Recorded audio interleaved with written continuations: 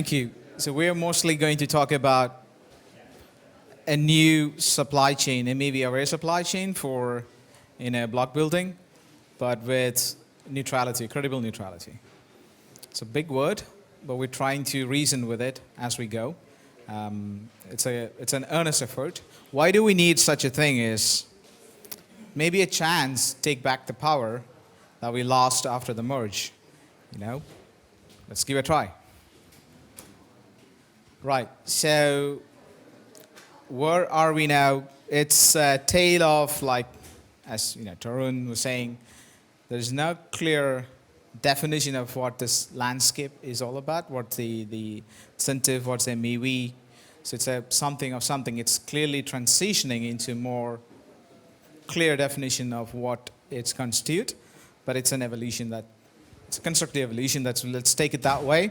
There's extraction happening, but there's also a positive feedback loop is emerging from how protocols are going to interact with this kind of external actors who are going to be very much involved in the block productions. Right. So why we need a neutral infrastructure for MEV? Decentralization is not a panacea. We cannot just create multiple relayers. The same software will get replicated multiple times. That's not going to give you enough resilience. Even if you take the Ethereum, there's client diversity concept, right?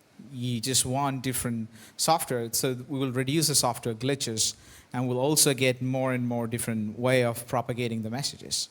That's the basic of how you want to get more and more, parallel implementation and some more interaction with the system. So we want to have more number of builders, not the number of builders using the same software, but different logic of those builders, how they want to do it. And also how the messaging works between the actors called relayers. Not necessarily the relayers that we see today, that's an escrow, but more of the vision of the pub/sub model. How do you do this P2P? So Barnaby said, align like a protocol, seen like a protocol, working like a protocol. Essentially what we're saying that whatever that we write on the software, can we make an effort to get that implemented in off-chain? So how is that possible, or is it possible, something that we can try? That's what we're trying to create here, because Ethereum is an execution platform for a wide variety of contracts. So we want to make sure those contracts will execute as it is, in a sense that the network itself acts as a good stranger, right? So you can watch, but it won't interfere. If you have a flash loan, the Ethereum will not reward that transaction. That's not going to happen. It happens. So it's the credible neutrality. So I'll let Vincent to come on stage and take us through what is the new supply chain we are trying to give much more faster, much more easier, lightweight, so community can take back the power. Thank you.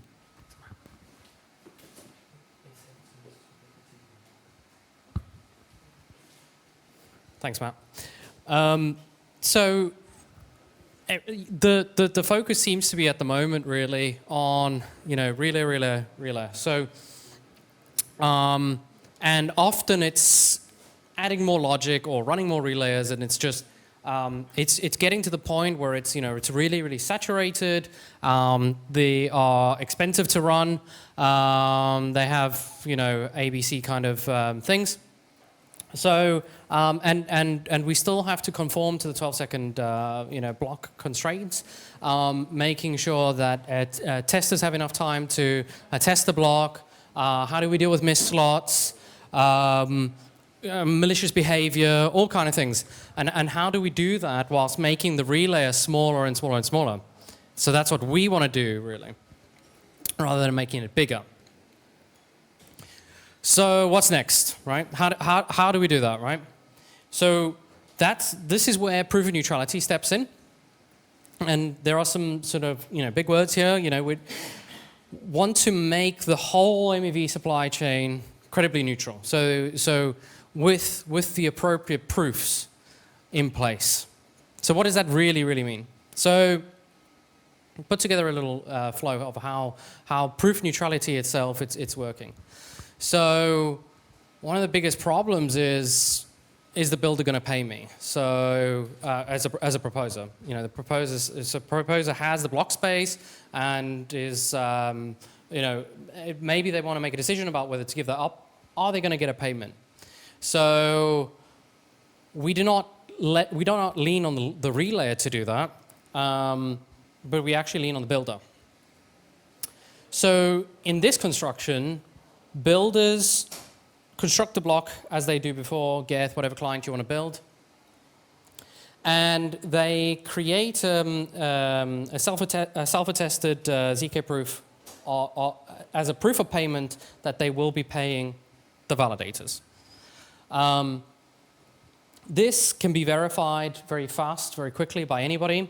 You just need to present this to the relay, and it will be able to see that indeed there is a proof of that a payment will be included if the bid for the block is successful. Now, in between, what's happening is actually the builder is retaining all of the block contents. So they use an RBBS scheme to actually attest that so it has partial and private information. The private information is the contents of the block. Publicly, it's saying, okay, we want to bid for this block. Here's a proof that we're going to include a payment for the validators. All you need to know is I will do that as part of my block. And as long as the relay can verify that, or anybody can independently verify that, then it's good to go. So what we have here combined with that is, so we call this a single sign-on. So the analogy here is a smart contract membership suite, where builders, proposers, and a new entity called the reporter is actually having an on-chain representation. And that means that we don't, okay, so there's a few things. So on the builder side of things, builders can register and have unbounded bids associated with them on the basis that they are putting some level of collateral in the contract. So we remove the need for builders to have reputation, and we say, well, inside of a smart contract, anyone can register, put up the collateral, so that if you as a builder actually try and cheat the system, so you know, if you cheat the system, there is a way of being held accountable. And we can get into what that means in a bit. So the accountability gets enforced by the reporter. That's what the reporter's job is to do, is to look for any PBS violations, any malicious behavior, could be on the builder side or the proposer side. Proposer grieves the process, doesn't sign the block header. So what we have here is, you know, just headers being passed through the system.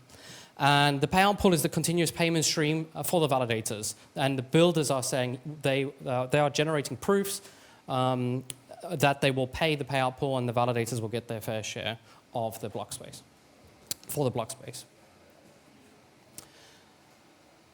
So to give more information about what's happening at the relay, I'm going to invite Matt back up on the stage to give you some more insight. Thank you. So relaying, right? It's not relaying. What we want to have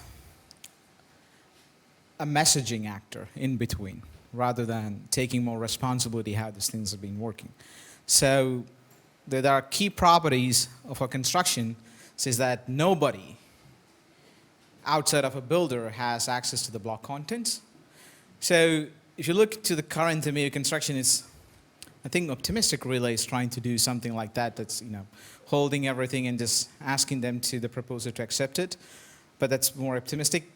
It's come closer to that, but it's a very different construction. The objective is the same, like no one actually have previous knowledge about what's going to happen. Only these things will be revealed when the block has been confirmed.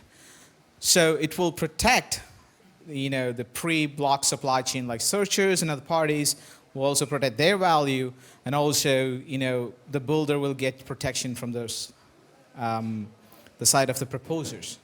The proposer, quote unquote, is a validator or a collection of validators, large, entities like someone like node operator, very sophisticated node operator who holds a large amount of stake, has a liquid staking.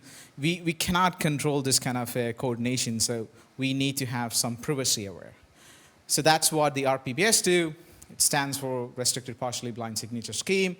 We have a custom implementation of that, which have a self-attestation. And that we will get into later when we talk about the builder side, which really done by the builder.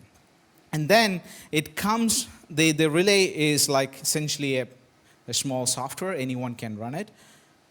Anyone, literally anyone can run it. It's super lightweight. There is no the storage requirement for large, so there is no problem with the migrations. It's just like only take care of that 12 seconds and the ZK proofs of the winning bid. So it doesn't really store any of this junk data, which is required for to see this history.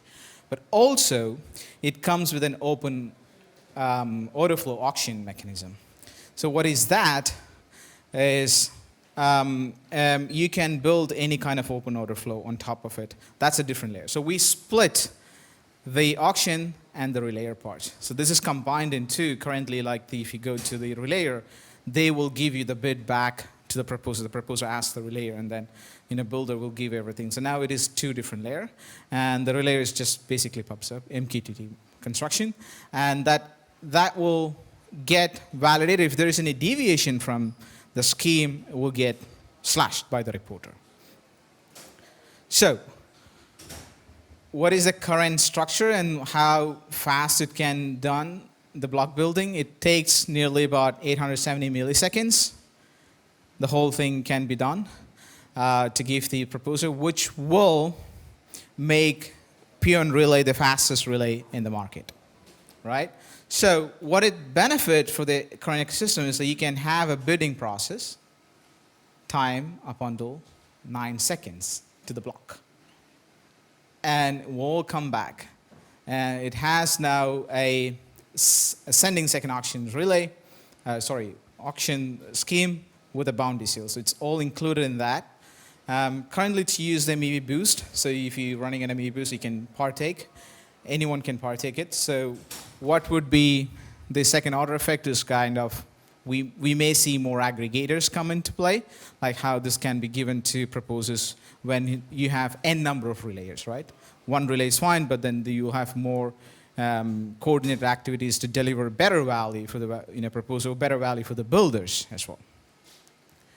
So certain things that we say that the properties, it's completely trustless, open source code, anyone can run it, it's super easy. There are certain parties, proposer have an ETH stake requirement, but that is actually sitting in consensus layer. So that will get verified. So there are certain rules in the contract. So the PBS contract, the registry contract takes care of that. If they don't have certain effective balance, if they're not having an active status, they will get kicked. So these are like the on-chain stake requirement. Builder has a stake requirement like based on a harmonious average. But it would not limit a builder to send any kind of unbounded MEV opportunities. So it's not really limiting your MEV payouts, but it's more of like a stake requirement to participate and you'll get slashed. And the contract will also take care of the deferred debt. You can read more about that in the report, how this actually worked like, a post-block reconciliation in an asynchronous way. And it's completely customizable. You can take the relay software, you can do whatever the things that you want to do. You can take our OFA and you can put your own auction mechanisms that you want to. And then it comes with ZK reports, but not everyone need to have run but ZK reports, but certain actors like the builder, and then the verification will be done from the history of the relayer, and the reporter will basically submit that into the chain. It is super friendly for anyone to participate partially or fully in the ecosystem, including the solo stakers. It doesn't really take much computational power, but certain actions right now will, comparatively, like if you're running a laptop, if you're running a relay, you still need to be uptime, right? That's such your business model. All the code is under MIT, so fork it, do whatever you want.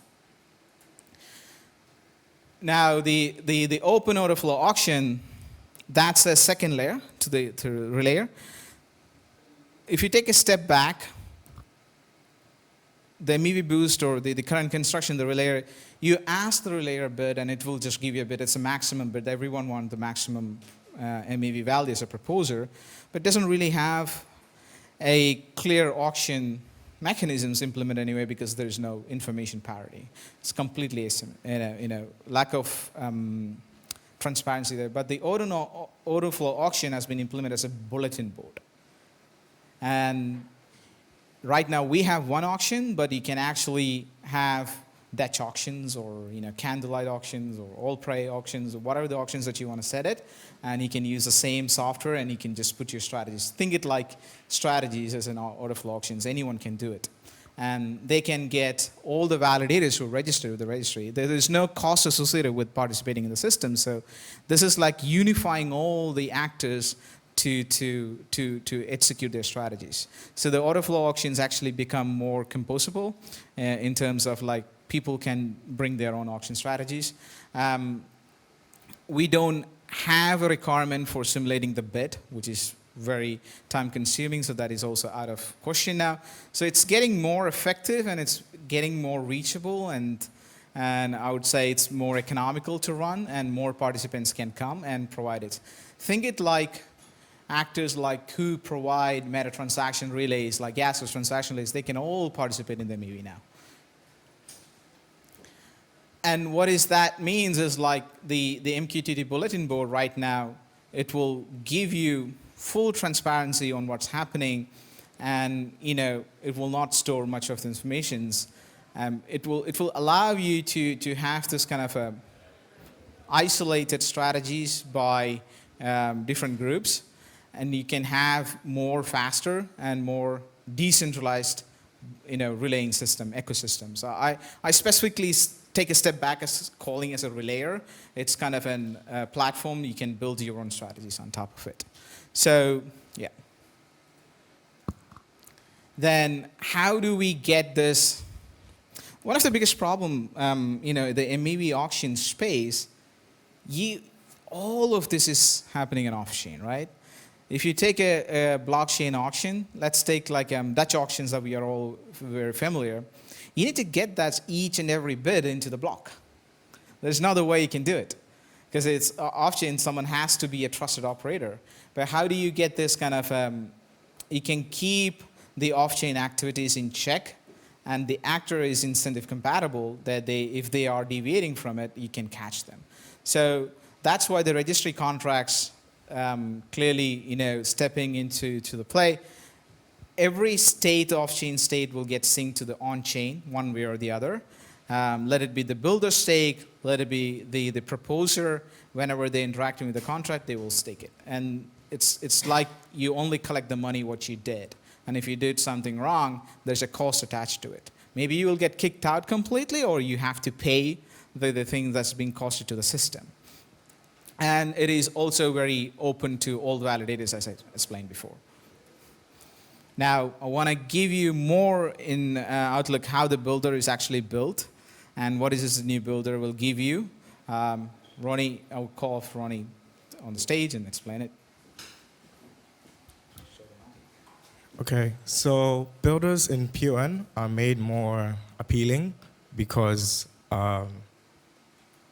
in PON as a builder, now your proofs of payment go through RBBS, so your fee recipients doesn't necessarily have to be the proposer's address in many markets which require builders to set the fee recipient as the proposer's address. Now you have this guaranteed proof along with your bid that you have the payment in there without revealing the contents of your block. So in the builder software, bids sent to relayers are execution payload headers and not the payload.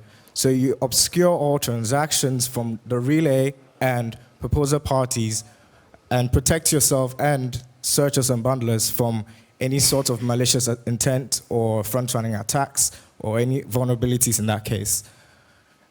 The builder basically is built on existing guest software, so it's nothing new in terms of how you interact with the software. So you still have your private order flows and your bundles.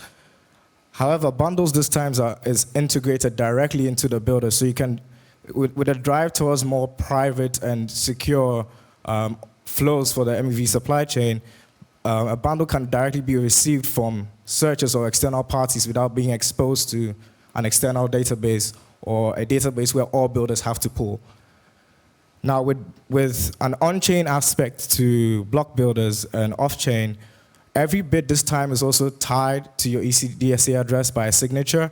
So your RBBS scheme, the bit content itself is verifiable on-chain as well, based on your public address that's registered in the builder's registry.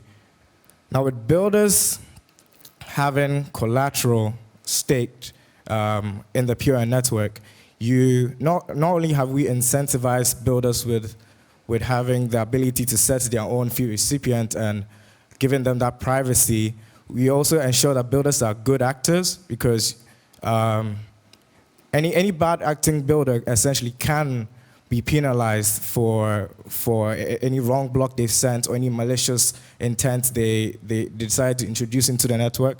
So you have aside having a more private network, you have a more stable and secure network where actors are incentivized to do the right thing.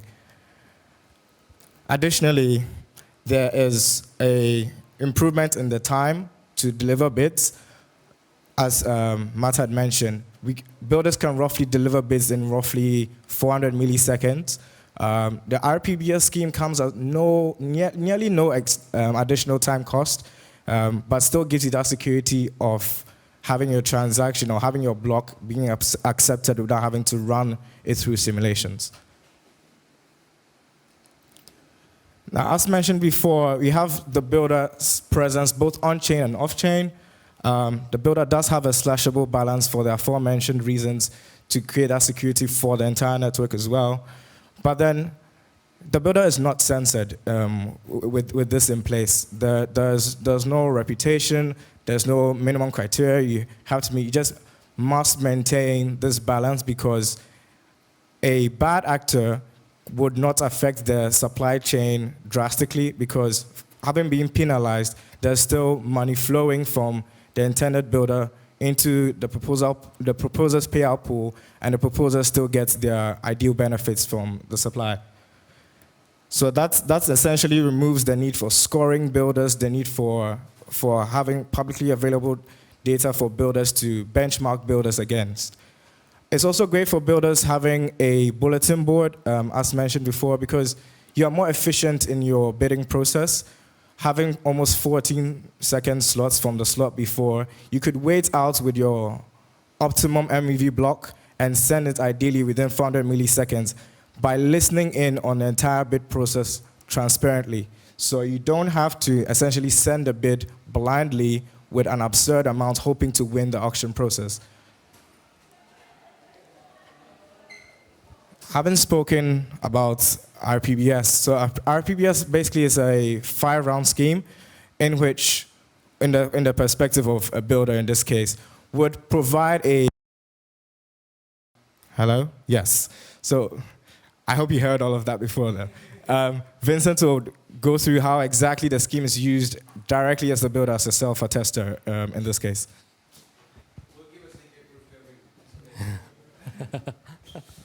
Thanks, Ronny. Yeah, so as Ronny explained really well, the RBBS scheme, so that's a restrictive partially blind signature scheme where you can reveal some information and you can blind the other part of the information. So it's typically a 5-round scheme, and it exists in 2 modes. We built it in 2 modes. One is where recipient and signer are 2 different parties. So you go, you have a message, like, for example, like Ronny said, you have a block content that's blinded, and you have some information about that, maybe your bid, proof of payment inside of that, and you go to a signer and you say, I have a proof that I'm going to pay this. Can you verify this and please like let me through? So that's one mode. The self-attestation mode is like you have all the contents as a builder. It's in your possession, and you're saying, I want to attest that this is my bid. It is not going to change. I will include it for this particular slot. to the payout pool. And you have the unforgeability property once you have done that, and anybody can verify this. So it's an interactive ZK scheme that existed before the blockchains were even a thing. So in terms of when you're using it in a self-attestation mode, or when you're using it with where the recipient and the signer are two different parties, you have to just tweak the way that the certain parameters in the different rounds are generated. So alpha and we have like alpha and beta in these slides. They're the blinding properties of the blinded part of the message, which is the block contents. So they need to be generated. All these parameters need to be generated differently if the recipient and signer are the same party. So when you're doing basically self-attestation. So that means you want to ensure that the unforgeability property of the scheme is not broken. So somebody cannot like spoof the payload and say that, look, you know, I'm a builder and I'm going to pay you, but I'm not going to pay you. It needs to come from a builder that's registered in the builder registry when you're interacting with the relay. That's basically the relayer's way of saying, okay, well, I'll relay this execution payload header on the basis that there's a proof of payment. That's all I care about. You know, it's all SSE serialized, so you can reveal everything else later once the handshake is done, the proposer is signed over the header. So if you want to read that later, we'll be making the slides available. So what I wanted to do as well, though, is go into more details on the reporter. So we have friends from 20 Squares here today that did game theory model on a composable game theory model on how the reporter works inside of the Proof of Neutrality. And it's all about accountability, so making sure the proposer doesn't grieve the system, the builder doesn't grieve the system. So what we have is we assess what has happened after the fact. If a builder didn't reveal the block, we'll know about it. There'll be a missed slot, right? And there's collateral that can be slashed, and so on and so forth. So essentially what the reporter is doing is scanning the network for violations, and listening to the open order flow auction. So that's just listening into the bulletin board. You subscribe as a reporter. You could be subscribed to the topics for hundreds of relayers, and you're basically looking out for things going wrong. So, you know, builder submitting a bid, you can see the ZK proof of payment, and you can track that, and you can watch the whole flow going, you know, to getting the header, requesting the payload, you know, the whole backwards and forth exchange can be followed, and you can instantly detect as a reporter. It doesn't matter how many, you know, networks there are, relayers, etc. You can instantly detect violations, collect that information, and submit that to the contract. So, you know, some of the data is coming from the chain natively. You know, the block was either included or it wasn't included, or it's simply somebody didn't complete the step, and you can follow that, you know, because the order flows are open. So, you know, this just continues to mention how we're keeping each actor in the system accountable. So I think this slide here just really summarizes it in a nutshell. You know, scanning for violations, submitting findings to the contract. You're either slashing a builder or you're slashing a proposer. So on the proposer, you're just slashing their earnings. They don't have any collateral in the system. But what you're doing is you can adapt, you can adjust their earnings along the way. So they will earn pro rata payment, and it'll stream to them every 7 days. So long as they don't perform any, you know, they do they're online. You know, you don't have to propose a block to actually get a payout. You get payouts every 7 days, regardless of, you know, whether you made a block or not. But the important thing is that if you were selected for a block by the rundown and you did something wrong, you know, your earnings will be adjusted as needed. And proposers, builders, everybody can go into debt and then can recover as needed to get back in the game, really. So that's how that is working on that side of things. So what I want to do is actually give you something tangible to look at, something a bit more, you know, we want to show you sort of the system in action. So I want to bring Ronny on to go through that and just show you sort of what's happening on our DevNet. Okay, so, sorry. So at the moment we have builders and relays running with a few registered proposers on Goerli as well and a private DevNet. So essentially, builders are given a dashboard straight from the software to which you can see your recent bids, bids that have been won, and then bids that have been proposed, and just a rough analytics of what the MEV is looking like and how to adjust your bids accordingly. Relayers, despite being lean, can be connected to a metabase to which you can visualize the bids flowing through, understand the patterns in bids and proposal duties, and what violations are roughly occurring in the network. So to give more context, as a builder bid, so the entire bid flow, as a builder bid, at any point in time within more or less the 14 seconds you have between the 2-second cutoff, you can send in a bid. So a block bid entails the execution payload header, the RBBS signature scheme, the builder's URL to which you can return the bid to, and then a ECDSA signature. So the need for this signature is, again, to tie to on-chain and ensure that builders are registered within the network and reportable and slashable for any bad acting they've done. Now, for every 12 seconds a bid sends through, the builder gets to process this response and also see the time it took to relay this bid over to the relayer.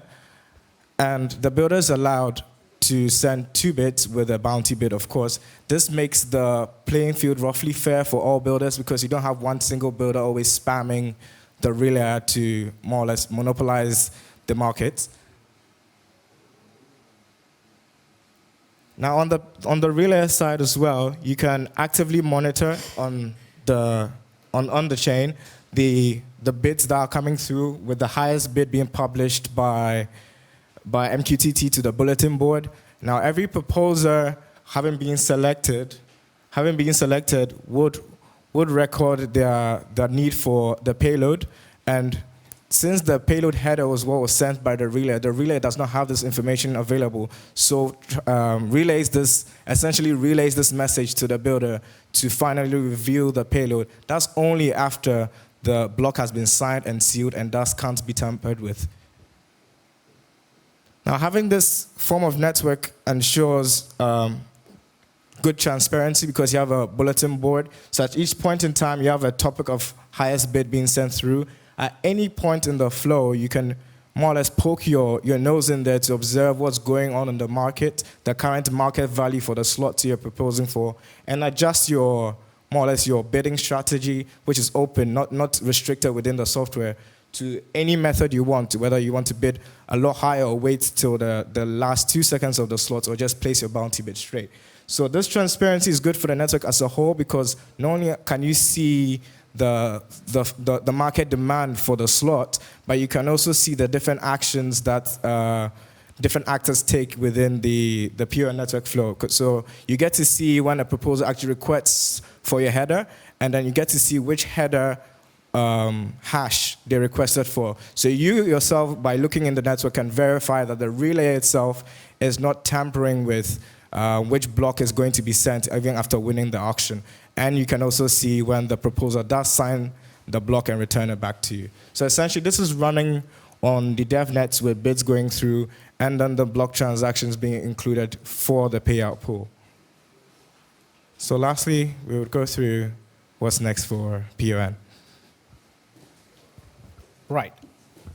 So that's basically coming, like we're showing what is a PON and maybe supply chain the first V1 mode, but that's not where we're stopping. We have more an alternative for the MEV boost, which is an out of protocol in a proxy validator, which limits the on-chain, off-chain coordination. So we have built a new validator proxy software that is very much compatible with the protocols and on-chain actions can take care of it. That's called MEV Plus.